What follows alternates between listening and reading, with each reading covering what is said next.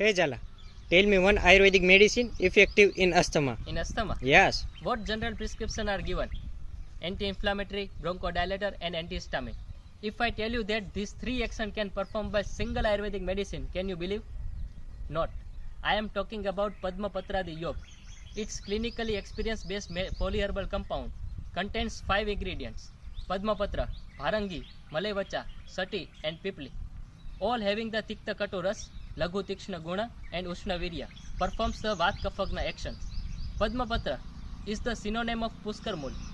Don't mistake with the lotus leaf. It acts as bronchodilator. Bharangi, not only beneficial in the hair-related issue, but also effective as anti-inflammatory. Malaivacha and Sati acts as antihistamine, and Pipli is immunomodulator. By combining these 5 medicines and making the Padmapatradi Yog is most effective in asthma. So Vedyas, make this beautiful medicine in your Ausad Sala. Thank you.